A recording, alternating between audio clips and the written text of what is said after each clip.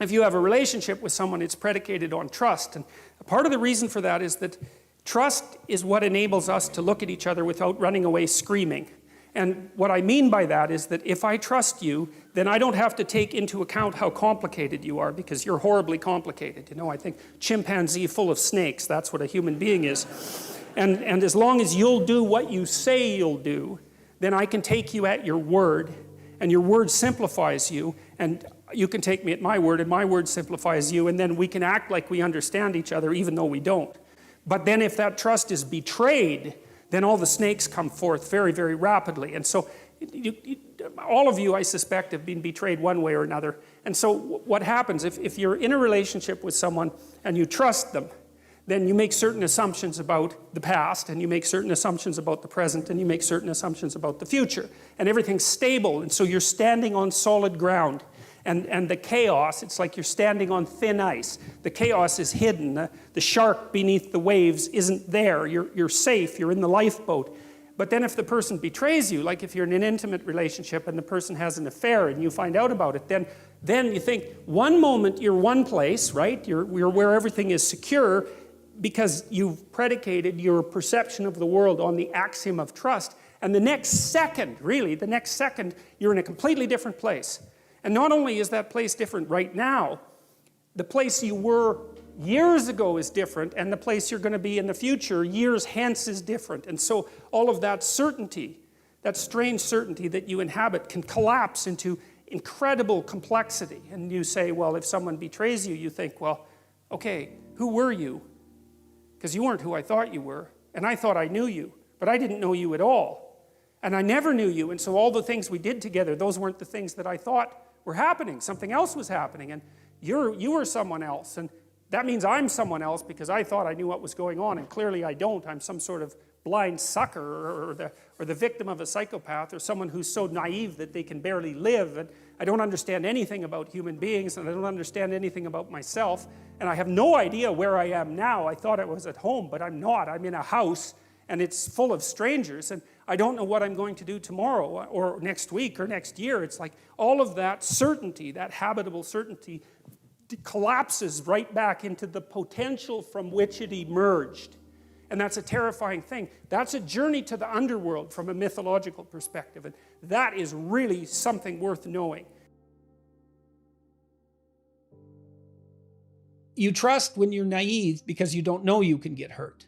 And that's not ethical, that's not moral, it's not laudable, it's just naivety.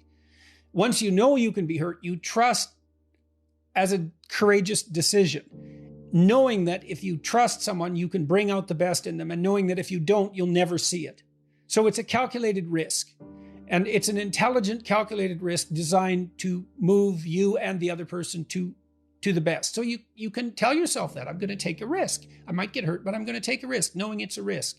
It's a reasonable risk. Don't be a fool, but it's a reasonable risk. And remember that you have some reason to be afraid of intimacy and closeness, but you should also see both of those as positives on your side. To be intimate with someone means that you can share your thoughts with them and think things through with them, and you can share your triumphs and your disappointments and all of that. You broaden out your life, you broaden out your ability to solve problems.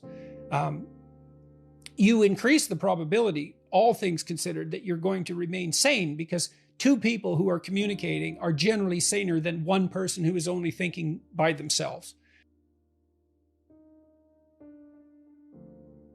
Dante's Inferno is a very interesting story. It's a descent into hell, eh? And it's actually one of the places that we sort of derive the popular conception of hell was partly based on Dante's imagination, on his work. And what Dante was trying to do was to discover the hierarchical structure of evil.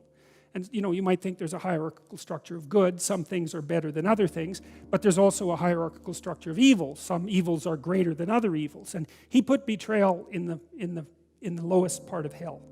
Right? So if you were betraying people, you were right beside Satan himself. And I think that's good. That's very smart. Well, Dante was a genius after all. And I think the reason for that is that, you see, if someone trusts you, they're laying their vulnerability open to you. Now, they might just be naive, let's say, and we won't think about that, because you're just a child if you're naive. you can still be betrayed. But if you're an adult and you trust, it's often because if you're an actual adult, it's you willingly open yourself up, knowing that you could be hurt, right? Because you're not naive anymore. So you decide to trust and you say, I'll open myself up. And I know that I'm laying myself open to you if you choose to use that power. And then that's a good thing to know. You know, if you've been hurt as a child or hurt as a naive person, you might say, well, why should I ever trust again? Which is a really good question. And the answer is, the reason you trust again once you're an adult is because you're courageous. You're courageous. It's an act of courage to trust. And the reason it's useful is because if you trust someone, you open the door to reciprocity and negotiation and cooperation, and you entice the best part of the person forward. And so it's a courageous act. But then if you betray someone, then what you've done is you've taken the best part of them, which is the part that will courageously trust, you know, with open eyes, right? And you've stuck a dagger in that. And so you've purposefully damaged the best part of them. And so that's why it's such an egregious fault. And it's often people don't recover from that sort of thing. If you betray someone badly enough, you can damage them. Like, you can give them post-traumatic stress disorder if you really put your mind to it. And you know, that's not just a psychological disorder. If you have post-traumatic stress disorder, it produces permanent neurological alterations that make you more neurotic, more sensitive to negative emotion, really for the rest of your life. Like, you can recover from it to some degree, but stress will tend to re-instantiate the PTSD. So you hurt someone, and it's not merely not that psychological is merely, but it's not merely psychological, right? It's fundamental physiological damage.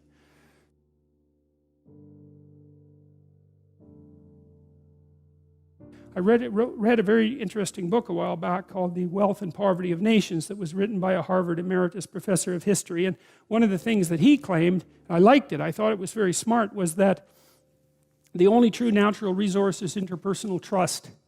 If you can set up a society where people trust each other, then it will instantly become rich.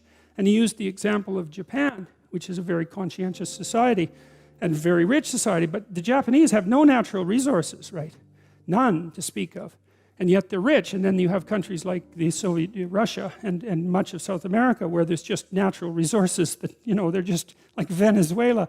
It's just more natural resources than you know what to do with. And the places are absolute catastrophes of cynicism and corruption. And so he attempted to document the relationship between default interpersonal trust among citizens within countries and their productivity and their GDP and their standard of living, and found a very, very tight relationship. And I like that a lot, and I've got a story about that quickly that I think is very interesting. I'll tell you two stories, one sort of generic. Well, I'll tell you one personal first. So one day, I lent my car to one of my graduate students, and he took it to Montreal. It was this old Cadillac, and it was a really bad rainstorm in Montreal, and he was in one of the highways that are like set into the ground, and there was like 6 inches of water, and he was turning a corner, hit the brakes and skidded on the water and smacked it into the wall and on the corner of the bumper, you know. And so then he brought it back, and he was very apologetic about it, and his name was Matt Shane. I'll tell you that because Matt might hear this, and I can shame him a bit for doing this. It was 20 years ago, you know. And he's a professor at the Ontario Institute of Technology, I think now, and quite a successful one. But anyways, he brought the car back, and I went and got it evaluated for damages. It was like $1,700 or something to repair it, or maybe more. But it was almost as much as the car was worth. And I thought, well, I'm not going to do that. So I went online and I typed in the part, and if you do that, you can get people to bid on sending you a used part from all over North America. So that's kind of cool. So there's all these junk dealers have got together, and they have this, you know, network of communication. So you put in the car part, and then they send you a bid. And so this guy said, well, I'll send you the bumper assembly, which is the whole bumper and the lights, for like $250. And I thought, yeah, okay, you could do that. That'd be good. So then I said yes, and then he called me up. About half an hour later, this guy from way down south, he had a really deep sort of Mississippi accent, and he said, wait a sec, was that for the bumper or the bumper assembly? And I said, well, it was for the bumper assembly. He said, oh, I thought it was for the bumper. And then he said, but that's okay, I'll send it to you anyways. And I thought, well, that's pretty good. So I said, well, thank you. And then I hung up. And then half an hour later, he called me up again. And he said, look, I just went out and looked at that bumper assembly, and there's a plastic trim piece on the side, and it has a scratch in it. And I thought I'd better tell you that just in case you didn't want it. And I thought, wow, that's so amazing. It's like, there's a miracle, man. It's like this guy, he's somewhere in Mississippi. I'm never going to see him again, ever. I'm never going to have any contact with him. Like, he made a bad deal, right? Because the part was worth more than he decided to sell it to me for. But he stuck with this deal. And then he went over and above the call of duty. He said, well, this part that I'm selling to you for way less than it's worth is damaged. So I thought I'd better tell you. It's like, man, you got to recognize a miracle when you see one. That was a miracle. So I said, hey, look, thanks for calling, man. It's okay. I can handle the scratch. Send the part. And he did. And I got the car fixed and forgave Matt, and it had a happy ending. So that's trust, right? Because I didn't know him from Adam, and he's a primate full of snakes just like the rest of us. And yet he was willing to simplify himself to the point where I could just take him absolutely at his word. And that meant we could trade even though we were strangers. It's like, man, do not underestimate the utility of that. And then there's eBay. So when eBay first started, the idea was it's not going to work because you'll send me junk and I'll send you a check that bounces, and that'll be the end of eBay, right? And so these escrow agents popped up so you could insure your transaction with them. It was for like 10% of the transaction. They would get the check and the goods and make sure that they were okay and then send them on or insure the transaction. But what happened was the escrow agents didn't make any money. And the reason for that was no one cheated. Now you think about how amazing that is, right? You bring these people together across a whole continent. They've never seen each other before. They're never going to interact with each other again. And this was before there were any reputation ratings on eBay. And yet the default transaction was you describe your goods honestly, including their flaws. You set a reasonable price. I decide to pay you. You ship the goods, and I pay you. And it works. And what happened was that eBay produced a tremendous amount of capital that was previously frozen. So frozen capital is when you've invested money in something, but the thing is no longer useful to you, so the money is just sitting there frozen, right, so to speak. And you can't get it loose because, well, you've got an attic full of junk. How are you going to get rid of that? Oh, eBay. And so all of a sudden all these things that were just junk became valuable, and everybody got richer. And none of that would have happened without the covenant that we established between each other that's predicated on trust. And so you might say that trust is the currency. And currency is trust because it's a promissory note, right? And if people lie, then the currency gets debased very, very rapidly. And so the economy runs on trust.